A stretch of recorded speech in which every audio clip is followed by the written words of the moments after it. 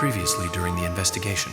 These puppies are making me go to another town in the boondocks again. I didn't think you'd keep me waiting in the rain for so long. Welcome to Greenland. I'm the sheriff, George Woodman. Call me George. There's definitely something in this town. Do you feel it, Zach? My coffee warned me about it.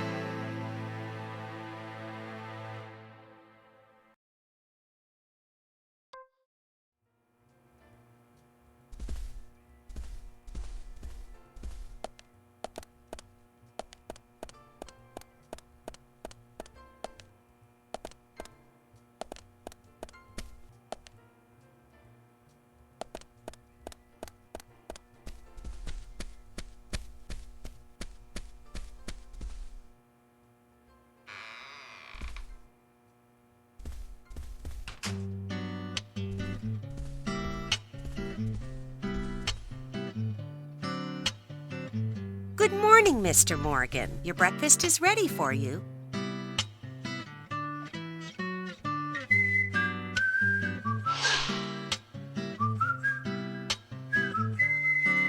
Thank you, Mrs. Polly Oxford. Just Polly is fine. Well then. Thank you, Polly. I'm starving.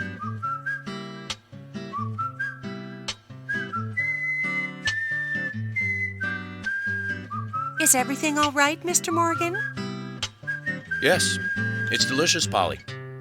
My compliments to the chef. I'm hoping my cooking will bring back repeat guests. Honestly, though, it's been a while since anyone has stayed here. I couldn't help but notice. Aside from you and me, there seems to be no other guests or workers around. What's that? The salt's in that white shaker there. Thank you. I was wondering if there were any other guests or workers here. Oh, no one else. My husband and I used to run this place, but he's in heaven now. You've been working here alone since then.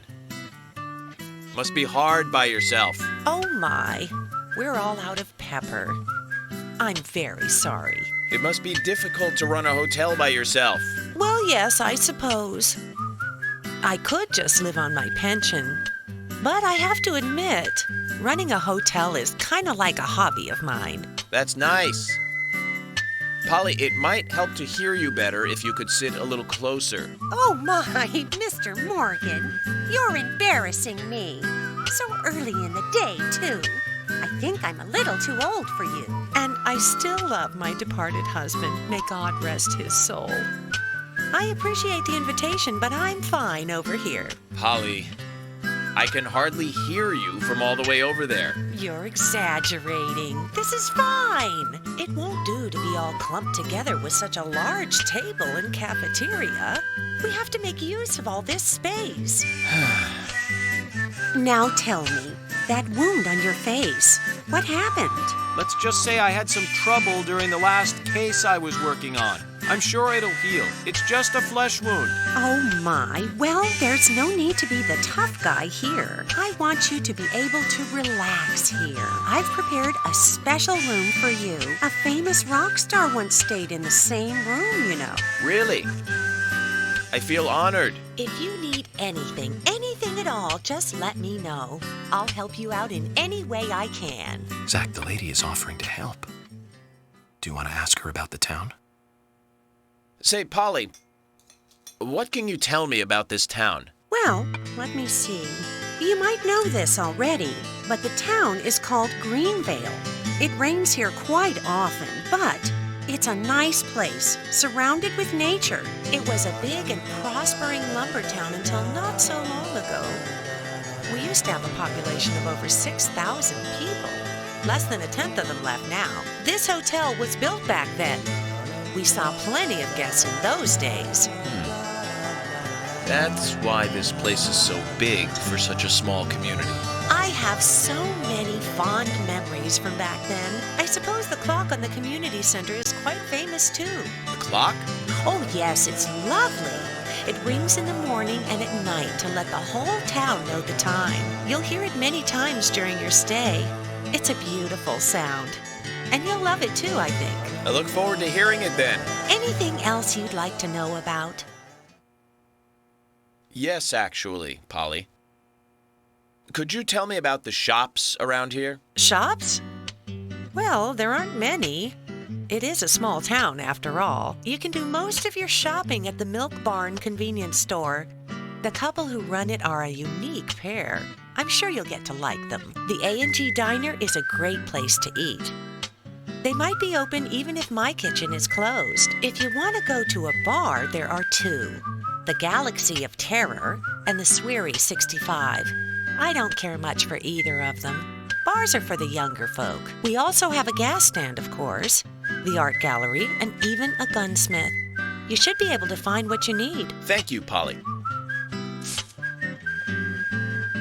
Well, Mr. Morgan, I better start cleaning up. You just take it easy. I'll bring your coffee out in a moment. Thank you, Polly. I have to warn you, though, I am very particular about my coffee. The very best you have, please. I understand. I'll be right back with it.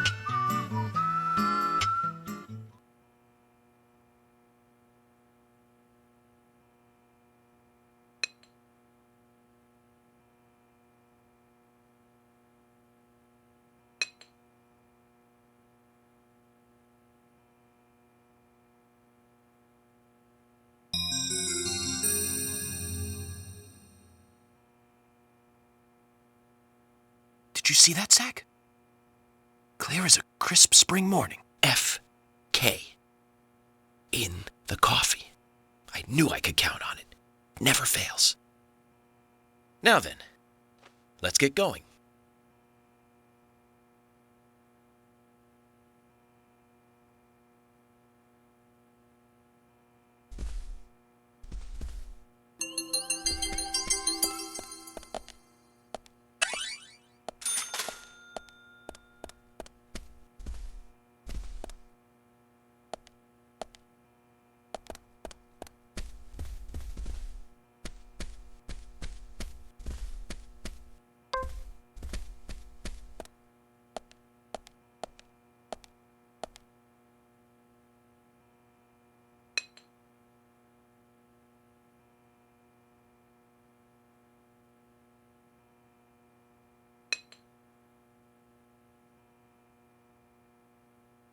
There's always trouble heading my way in this job.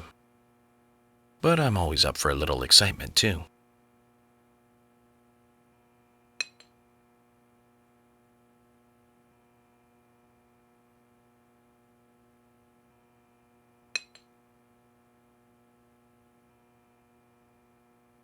There's no theme park in this town, though.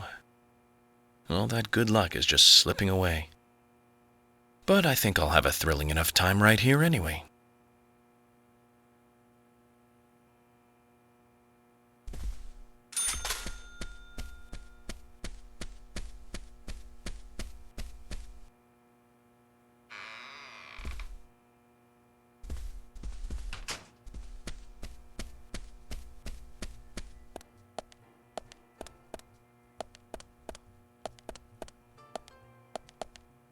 Oh, hi.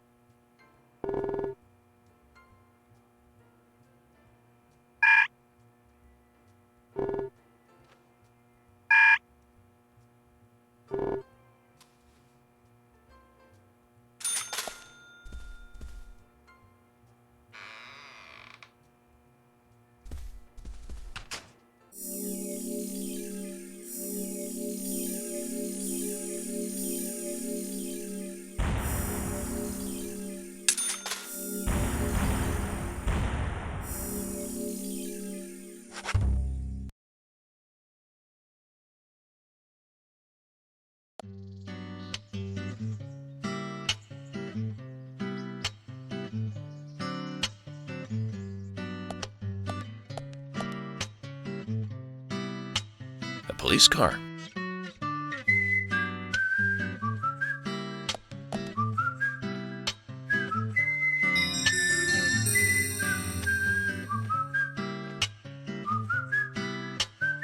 So we have King George to thank for preparing a car for me. A pleasant surprise, eh, Zach? Let's take it for a spin.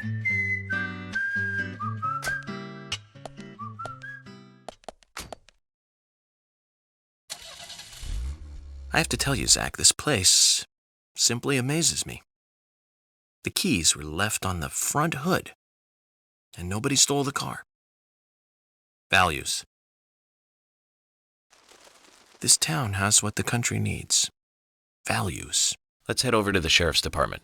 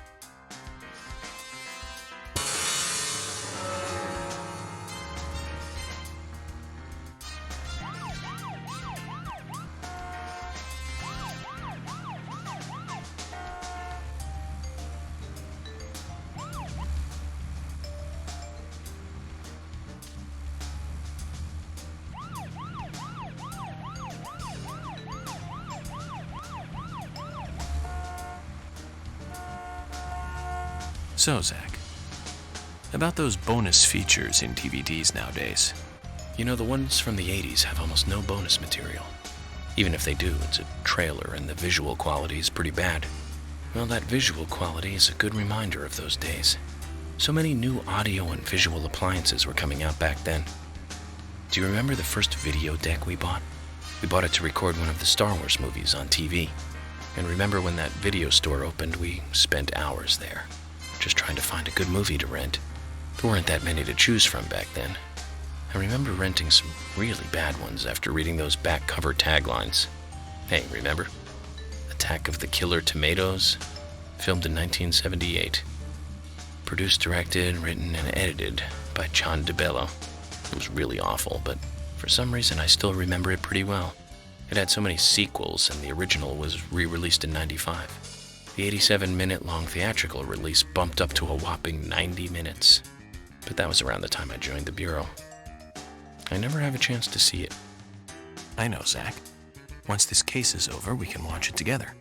I bet we can buy a copy on the internet pretty easily.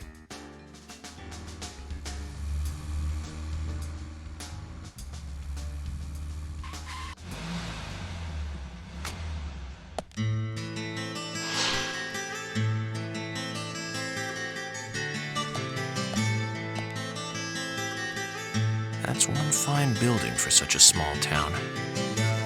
The exterior woodwork is spectacular. Don't you agree, Zach?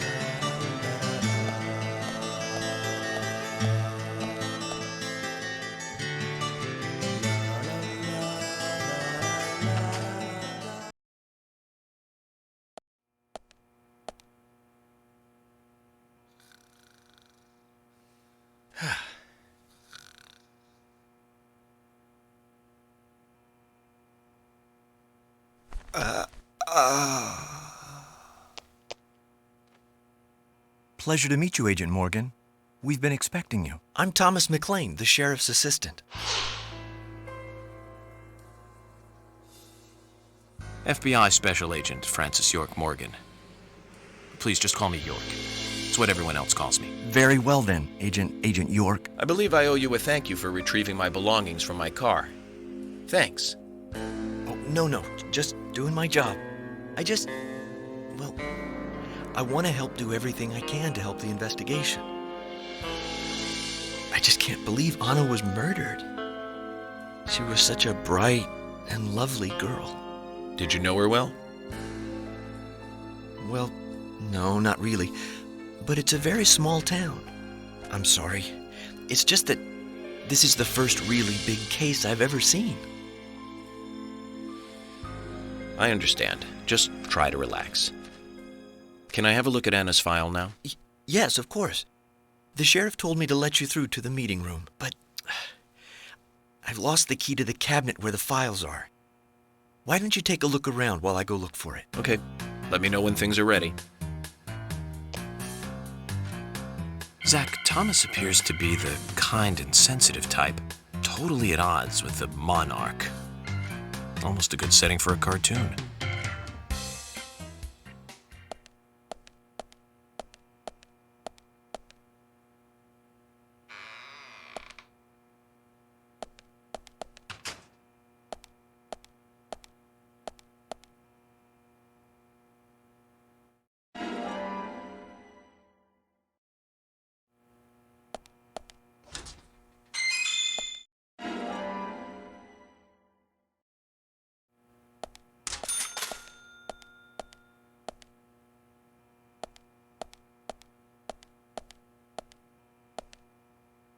Zach, there's a name written on this dumbbell. Arnold. I haven't met anyone by that name yet. Could it be the owner of this dumbbell? What do you think, Zach?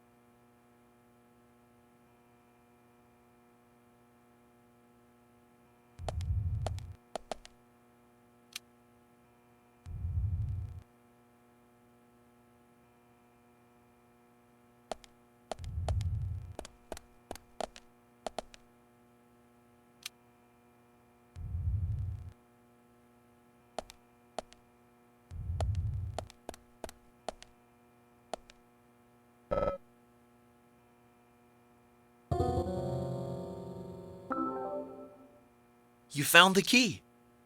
Is this the one you were looking for?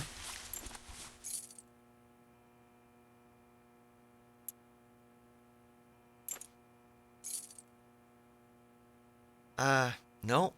This is a gray squirrel. Sorry, that's not the key.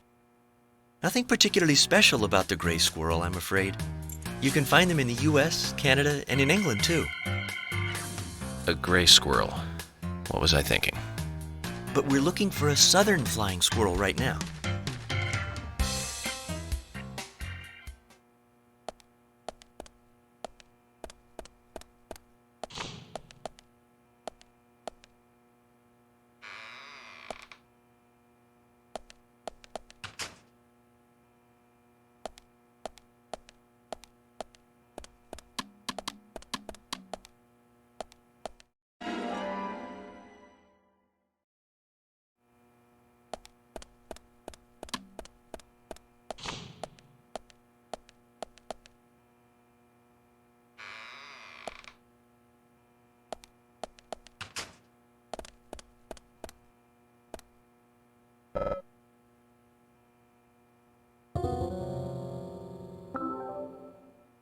You found the key. I think so. Is this it?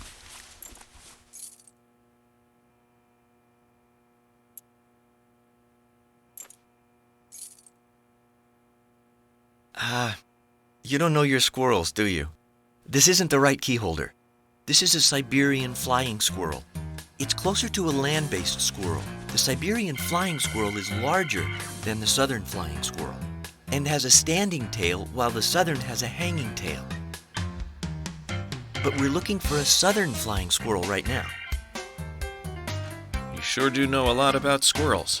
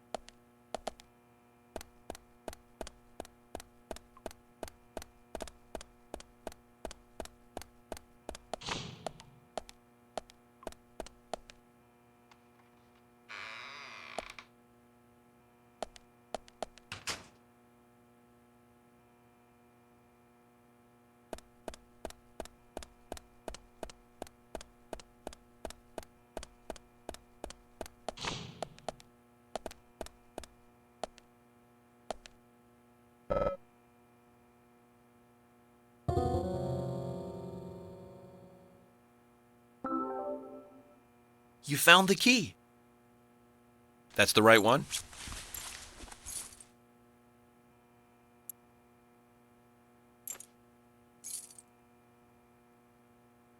Yes, a southern flying squirrel.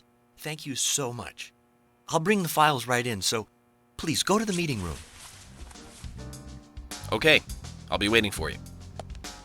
Well, Zach, we just got here and we've cracked a big case already.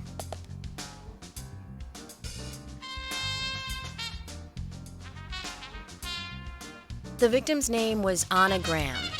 Age 18, she just recently graduated from high school this year. Her dream was to move out to the city and become a model. But for the time being, she was working in the A&G diner here in town. She lived with her mother, Sally.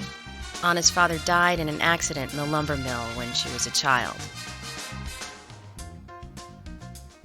Her mother is unemployed and lives on the insurance money from her husband's accident. After all, it's a small town with a low cost of living. Financially, they seem to get by fine, and they led normal lives. A normal life is exactly what a curious teenager doesn't want. It's all starting to make sense, Zach.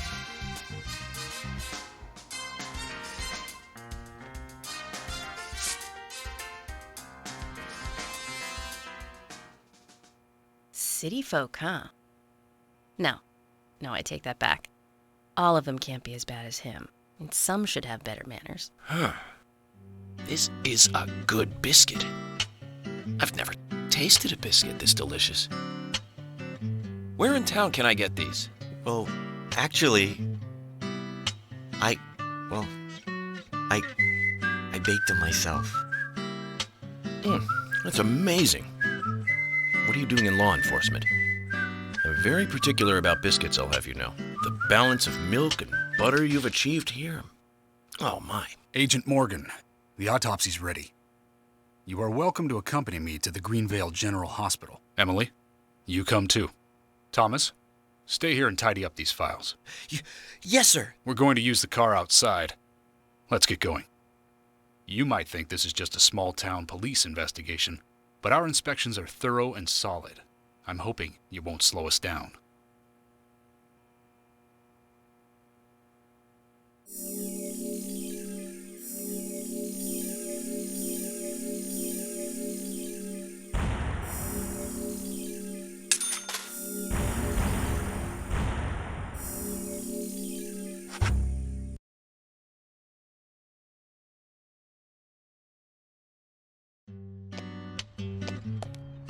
The Greenvale General Hospital is down the road by the lake. It's too far to walk. Come on, get in the car. If I'm riding in a car, George, I prefer to be the driver. Can you provide a car for me? What are you talking about? You don't even know how to get there. Which is another good reason for me to drive, George. I need to learn my way around town. Oh, man. Very well. Then I'll ride with you. I want to keep an eye on you. Fair enough. Just one thing, Agent Morgan. Your involvement in this case is limited. That means you don't have to learn your way around town. George, we'd better get moving. The hospital closes at 2100.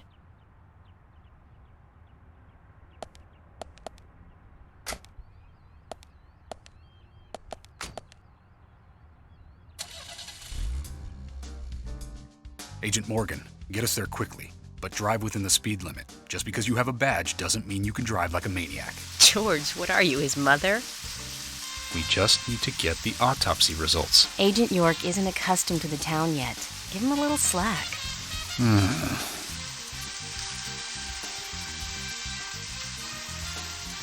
Well then, Agent York, let's get going. Sure, sounds good.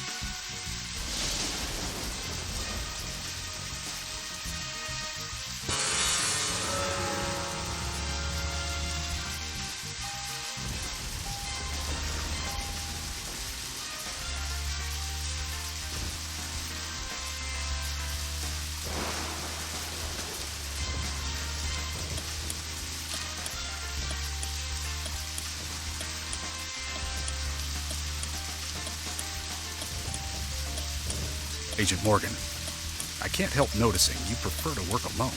Most of the time, yes. Don't you get lonely, flying all over the country alone? I must say I've never felt lonely. Are you married? Unfortunately, relationships and I are fleeting strangers. I don't get on very well with women, you might be surprised to hear. That's because you're young. You notice things like that at my age. You have to treat women carefully, like a thin crystal wine glass. If you don't, they can cut scars on your face, just like yours, right? George, is this an interrogation? I see you're a seasoned professional. But let's not talk about my scar. It was caused by a problematic woman. Well, she got you good.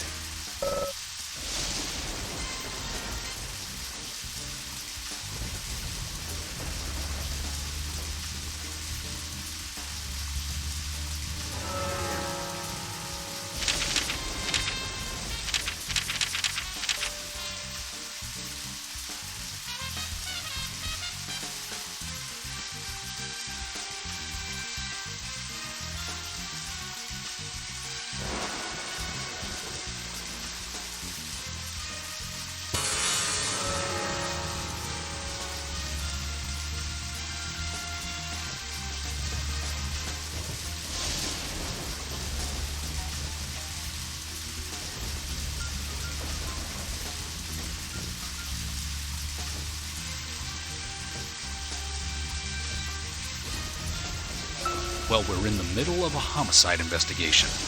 Keep your mind on the matter at hand. He's right, Agent York. You still don't know your way around. Concentrate on driving us to the hospital.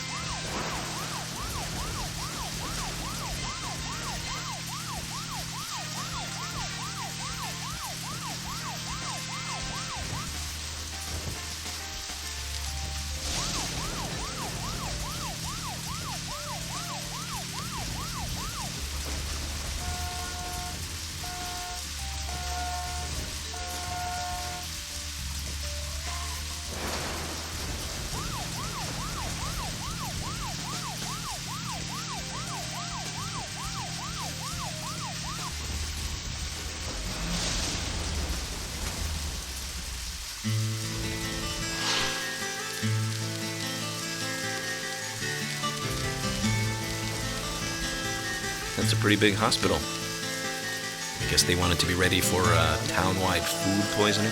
No, it's another leftover from the town's prosperous slumber days. Hard to imagine now, though, isn't it? My mother always talked about how energetic this town used to be. Almost like a gold rush, she used to say. Impressive. But the hotter the fever, the faster it cools. And so now there's hardly anyone left to use this place. It pains me to watch my hometown lose so many citizens. Beyond your understanding, I'm sure. Yes, I'm sorry to say that it is. Indeed. And that's why this case is our problem. There really isn't any need for you to get too involved.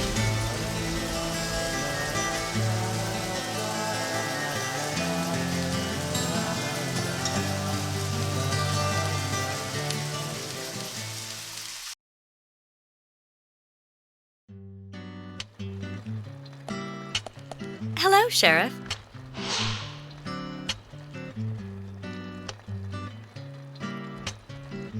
Hi there, Fiona.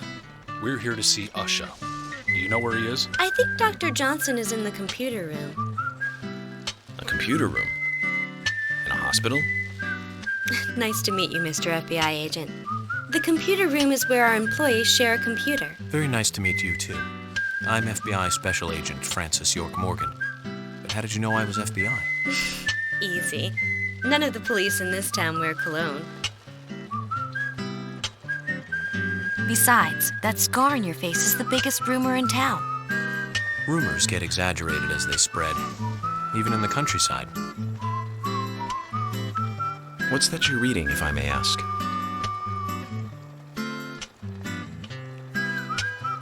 You haven't heard of this yet? It's a recent bestseller mystery. It's set in the U.S., a small traditional North American town close to the Canadian border. A peaceful, traditional place. However, that peaceful town is shattered by a terrible crime. The murder of a local girl. And that incident causes grief and sadness to everyone in town. But everyone feels the seditious, heinous evil still lurking, alive. Yes, much like the situation right now here in Greenvale. Fiona, don't say that. Sorry, I shouldn't have said that. With Anna dead and all. Don't worry. Books are written to entertain, and it's good you're enjoying it. What we're faced with here is a terrible crime committed in a real world. Much different from that of a novel. So there's no need to apologize. Thank you, Agent York.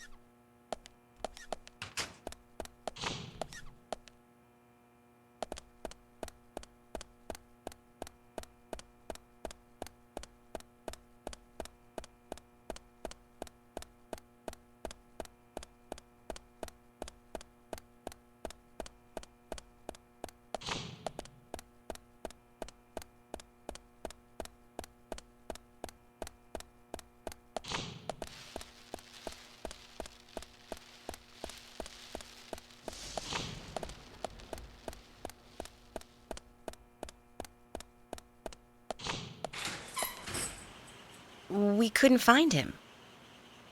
Fiona needs to check her information. No, I don't think so. Does the doctor like playing games by any chance? What do you mean? There's a message on the computer, and a card key already set in place. The king passes the rook and meets the bishop. The knight takes a pawn along for the queen. What does that all mean? It's a simple puzzle. Zach, let's take him up on his challenge. You can do this, right?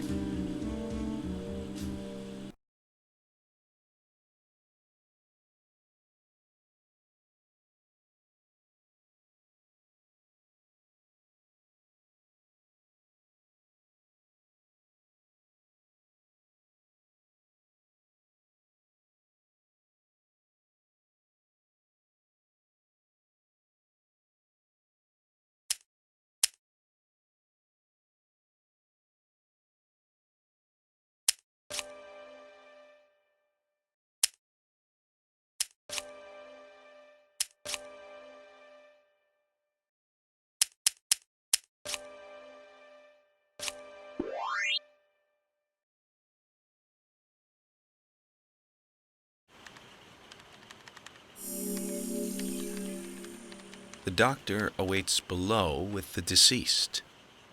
Another code? But there's nowhere to insert a password. More games. I'm going to get Fiona to call Usha up here right now. No need, George. The message appeared with the card key. It's telling us where to use it. This is not the time to be joking around, Agent Morgan. Dr. Usha is below with the deceased. With Anna. Below being underground, I take it. Simple. Simple. Then it's time to meet the mischievous architect of this little game. Nah.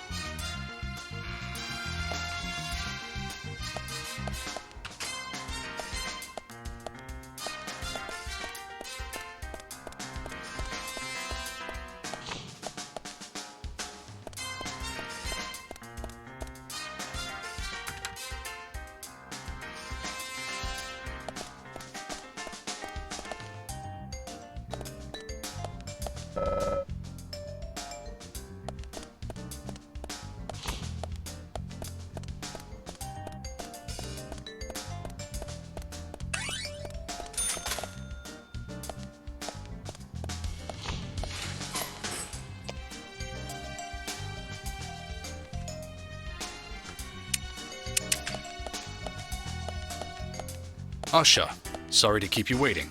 Ah, you made it. Let's get started, shall we?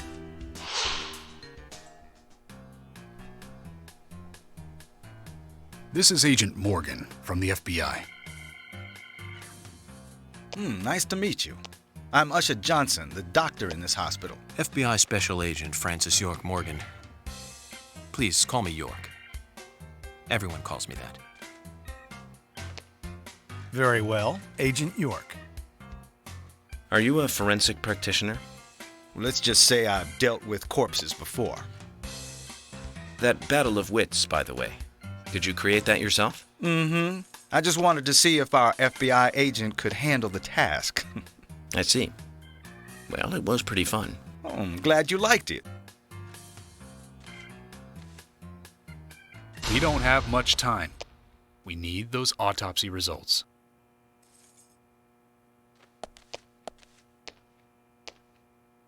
Next time, try challenging us without obstructing an investigation. You've angered the monarch.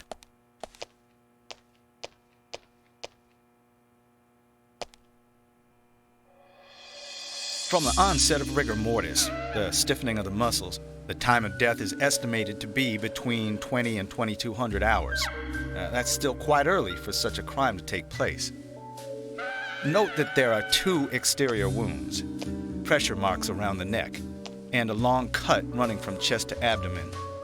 Blood marks on her right hand tell us she was gripping something round in her right hand.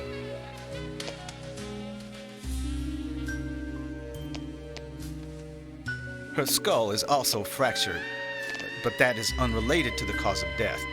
It probably happened to her after she was killed.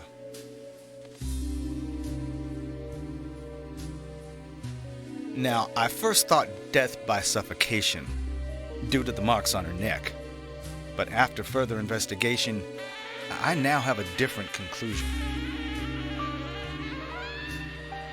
The direct cause of death was loss of blood from the wound.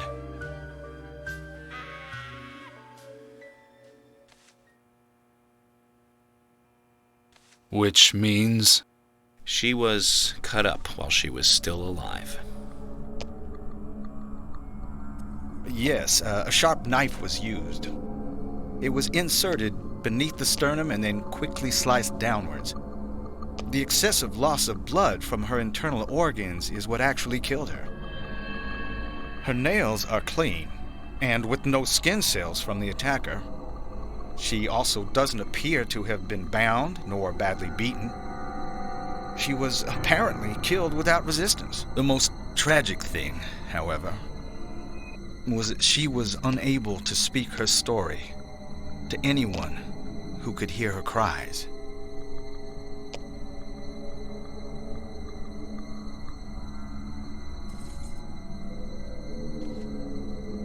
The perpetrator cut out Anna's tongue. Well, I believe she was drugged first to phase her consciousness, and then the killer killed her. Now, the killer most likely has a deep, traumatized past concerning women. He probably cannot converse with them normally. Cutting out the tongue suggests a very lonely individual. Either that or a truly hardcore sadist. He must get off on watching women suffer, especially when they can't answer back. Now, he watched as the blood pumped from her body, as she gradually grew cold. Now, a case in Seattle in 1985 was much like... Usha, please, limit your report to your findings as a doctor. Criminal profiling is my job.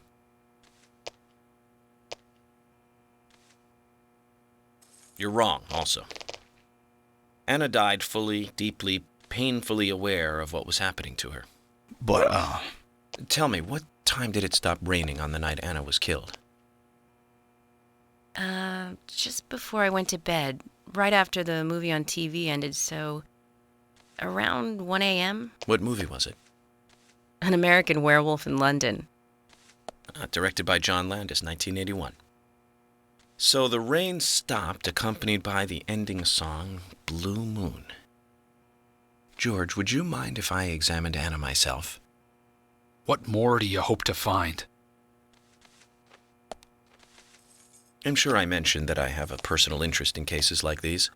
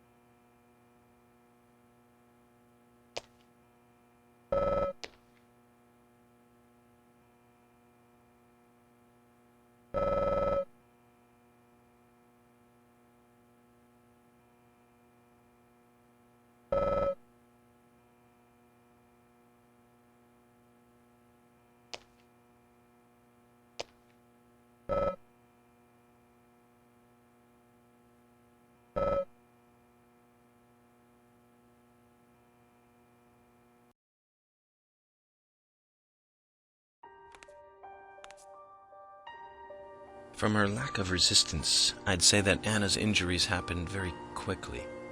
Unable to speak, she was then left to cry herself to death. Zach, it's all starting to come together. The perpetrator stayed with her for at least 2 hours until it stopped raining. At the estimated time of her death, it was still raining, but you can still see tear marks on her cheeks. That means she was killed under a roof somewhere. She was then carried into the woods after it stopped raining. There's one other thing. Her tongue was removed with a very blunt knife.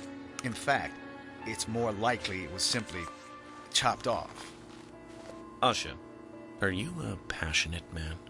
Well, not particularly, but I am man enough should the moment call for it. George, how about you? I'm very passionate. Yes. Especially when it comes to women. But I don't see what that has to do with anything. George, the perpetrator is just like you. He's passionate about women. He's a passionate kisser. This was a kiss of death. The perpetrator bit off Anna's tongue. We'll never get a dental print from a wound like this. But this is still a big lead.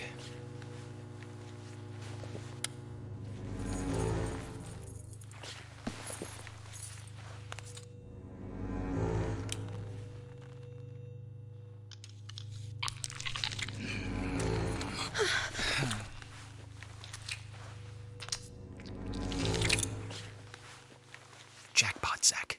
A shame, but our old-time all-American sightseeing tour just came to an end. This case is now under the jurisdiction of the FBI. I'm assuming command.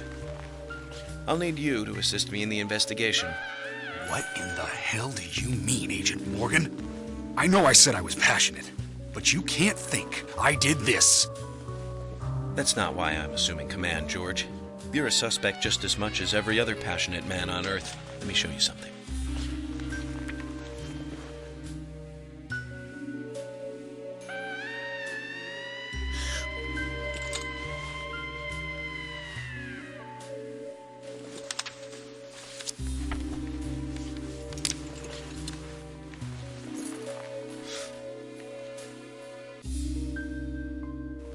There you go. Amazing, huh? I'm sure you have a lot of questions, but most of the details are top secret. George, Emily, we should be going. No need to stay here any longer. Okay. I have to sign the release. Just give me a moment. Very well. I'll go on ahead. I can't take it any longer down here.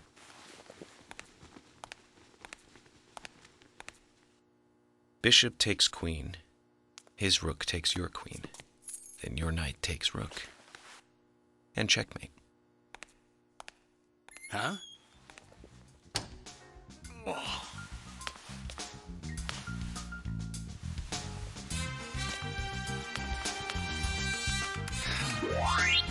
My first victory in the Grandmaster ranking.